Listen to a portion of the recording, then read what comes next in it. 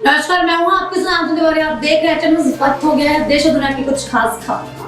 मध्य प्रदेश सरकार ने मंगलवार को वित्तीय वर्ष 2021-22 के लिए राज्य विधानसभा में 2,41,375 करोड़ रुपए का बजट पेश किया। इस बजट में कोई नवीनीकरण नहीं लगाया गया है और न ही किसी कर की दर बढ़ाने का प्रस्ताव है। वित्त मंत्री जगदीश को उम्मीद है कि राज्य सरकार सुधारों की शर्त पूरी कर चालू वित्तीय वर्ष में बाजार से राज्य के सकल घरेलू उत्पाद के 0.5% के बराबर अतिरिक्त कर जुटाने की मंजूरी प्राप्त कर।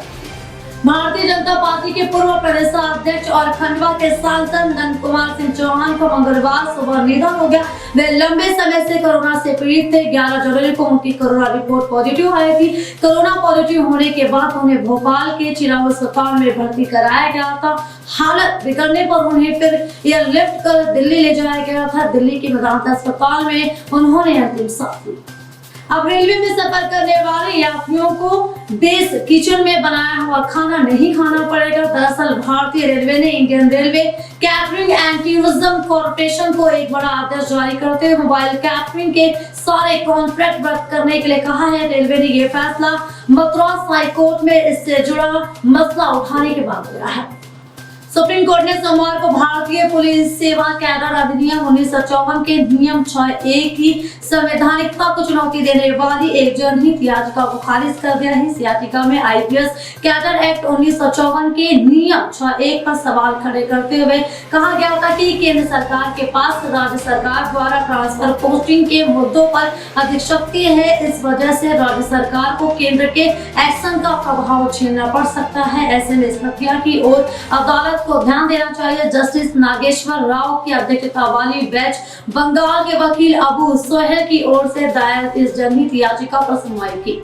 पश्चिम बंगाल सरकार के मंत्री जाकिर हुसैन पर पिछले महीने मुर्शिदाबाद के एक रेलवे स्टेशन पर हुए बम हमले की जांच केंद्र सरकार ने एनआईए को सौंपी है। इस हमले में जाकिर हुसैन बुरी तरह से घायल हो गए थे और सीएम ममता बनर्जी ने उन पर हमले को गहरी साजिश बताया था। यही नहीं, अस्पताल में मंत्री को देखने पहुंची ममता बनर्जी ने कहा था कि रेलवे स्टेशन रेल मंत्रालय का परिसर है और इस पर केंद्र को जवाब देना चाहिए। अब इस मामले की जाँच होम मिनिस्ट्री ने संज्ञान लेते हुए एनआईए को सौंप दी है।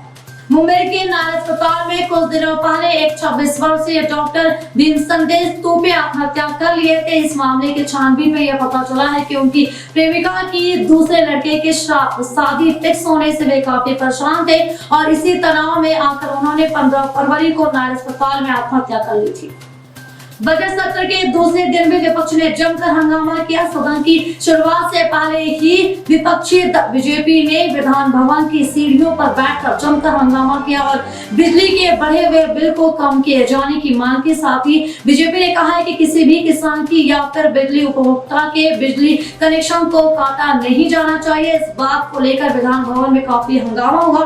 फिलहाल राज्य के उप मुख्यमंत्री अजित पवार ने यह भरोसा दिलाया है कि जब तक बिजली के बिल पर चर्चा नहीं होती और इस पर कोई फैसला नहीं लिया जाता है तब तक किसानों और उपभोक्ताओं की बिजली के कनेक्शन को नहीं काटा जाएगा।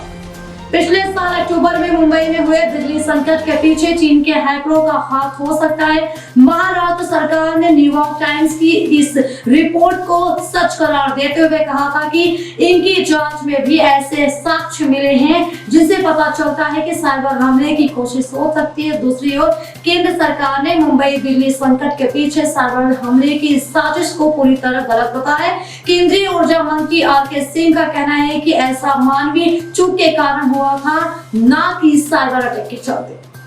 आरटीआई अधिनियम में कई खामियां हैं और इसमें भेदभाव भी किया जा रहा है। आरटीआई अधिनियम के तहत सरकार द्वारा स्थायी रूप से बिना अनुदानित स्कूलों को जानबूझकर नुकसान पहुंचाया जा रहा है। कुछ लोगों को खुश रखने के लिए बहुत से लोगों के साथ अन्याय किया जा रहा है। डोंबिवली में राष्ट्रीय शिक्षा संस्थान और मुंबई के अध्यक्ष और विद्या निकेतन स्कूल के संस्थापक विवेक पंडित ने शिक्षा विभाग और राज्य सरकार को पत्र लिखकर मांग की है कि आरटीआई प्रवेश केवल वित्तीय मानदंडों पर दिया जाना चाहिए और अभिभावकों की वार्षिक कमाई की सीमा 1 लाख से बढ़ाकर 2.5 लाख करना चाहिए। यवतमाल जिले की आनी नगर परिषद में मानसून पूर्व काम के टेंडर में गड़बड़ी के आरोपों की 8 दिन में जांच की जाएगी और दोषियों के खिलाफ कड़ी कार्रवाई की जाएगी। शहरी विकास मंत्री एकनाथ शिंदे ने यह जानकारी दी। 3 दिसंबर 2019 को इस मामले की जांच तहसीलदार को सौंपी गई थी, लेकिन तकनीकी मदद के लिए उन्होंने जानकारों की मांग की। इसके बाद 2 सहायक और एक शाखा अभियंता को भी जांच में मदद करने को कहा गया है। तो एक हमारी खास खबर इसी तरह की देश और दुनिया की खास खबरों के लिए बने रहिए चैनल के साथ। तब तक के लिए नमस्कार।